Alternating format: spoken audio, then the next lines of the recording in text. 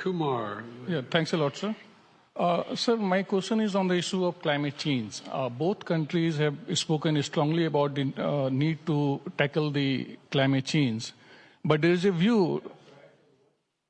Climate change. I'm sorry. Yeah, both countries have spoken about the challenge of climate change, but there is a view that ambitious targets are set, but implementation is found often lacking.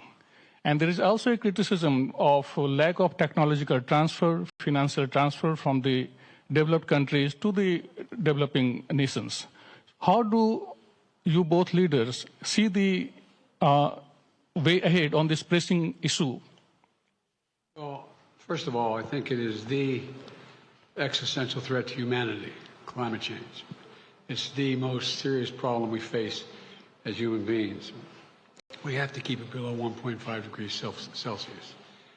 We've made enormous progress here in the United States on dealing with this issue by doing three things. Number one, by insisting that we move every one of our industries into a position where they can take advantage of cheaper and more extensive and more available renewable energy, whether it's solar or wind or hydrogen and green hydrogen. There's a whole range of things we've been working on.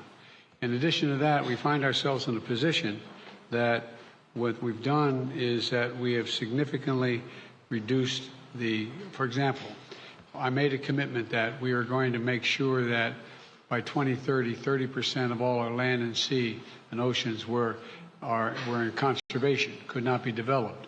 We're well on our way to doing that, and that's also absorbing carbon from the air as a consequence of that because of the conservation. We are in a position as well, but we have provided for significant increase in funding for a whole range of issues, but not just for the United States, but for the rest of the world. For example, we're working with the G7 to provide for infrastructure work for dealing with global warming on the continent of Africa.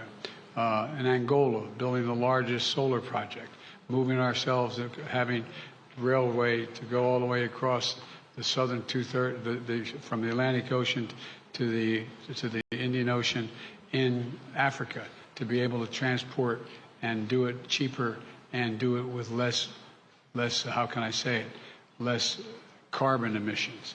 We're trying to work with other countries to maintain their carbon sinks so they don't have to develop them like we did in causing pollution. And we're trying to figure out how to work out to pay them not to develop certain areas like the Amazon and Brazil. But there's a lot of technology that's available that we're sharing and we share with one another. We've learned how to do solar energy, which is considerably cheaper than it is for fossil fuels.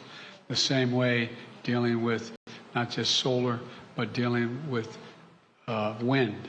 And so there's a lot of technology that we've developed, and we're well on our way, I think, to meeting the commitment we made that we made in Paris.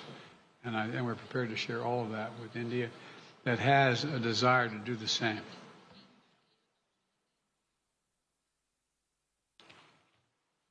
Excellency, आपने सही कहा। जहां तक भारत का सवाल है, environment, climate, ये हमारे सांस्कृतिक परंपरा में अत्यंत महत्वपूर्ण स्थान है उसका। हमारे लिए एनवायरमेंट ये आर्टिकल ऑफ फेथ है। ये कन्वीनियंस के कारण करने का हमारा काम नहीं है, हम ये मानते हैं। हम एक्सप्लॉइटेशन ऑफ नेचर में विश्वास नहीं करते हैं। पूरे सृष्टि को चलाने के लिए मिल्किंग ऑफ नेचर तक तो चल सकता है, लेकिन एक्सप्लॉइटेशन ऑफ नेचर नहीं चल सकता है। हम इस पक्ष में रहे हैं और उसी के मूल पर आधार पर भारत अपने लिए करता है, इतना ही नहीं, हम कुछ ग्लोबल इनिशिएटिव भी ले रहे हैं। आपको मालूम है, G20 देशों ने पेरिस में जो प्रॉमिस किया था, सभी G20 देशों में अकेला हिंदुस्तान है जिसने पेरिस में जो प्रॉमिस किए थे वो सारे प्रॉमिस पूरे किए हैं। इतना ही नहीं, सोलर एनर्जी के क्षेत्र में हमने ग्लासगो में रिन्यूएबल एनर्जी के क्षेत्र में 500 गीगावाट का टारगेट रखा है। हमने 2030 तक भारत की रेलवे का नेट जीरो का लक्ष्य रखा है।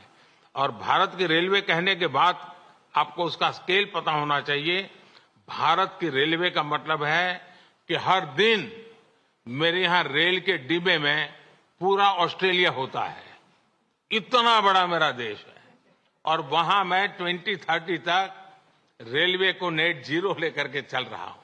उसी प्रकार से जो हमने सोलर एनर्जी के टारगेट तय किए थे, हमने इथेनॉल के टारगेट तय किए थे 10% का, वो समय से पहले पूरा कर दिया।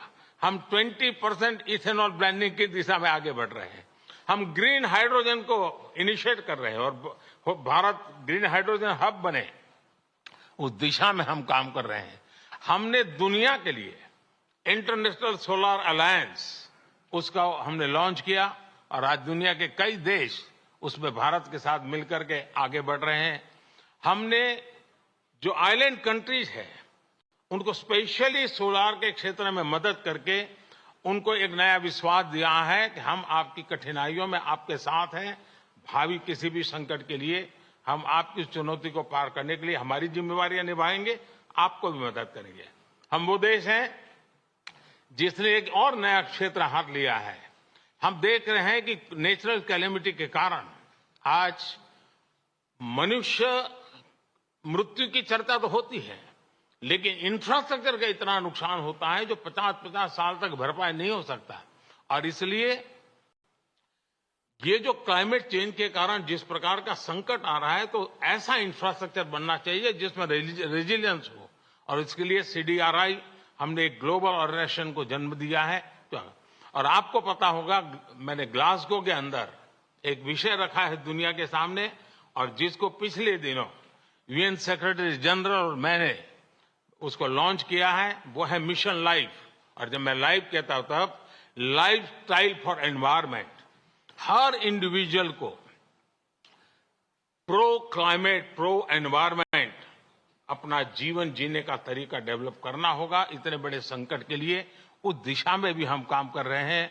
और मुझे विश्वास है कि भारत ने जो आज इन क्षेत्रों में काम शुरू किया है, इसलिए नहीं कि भारत ने दुनिया के एनवायरमेंट को बुरा किया है, लेकिन हम इसलिए कर रहे हैं कि हमारी भावी पीढ़ी की हमें चिंता है।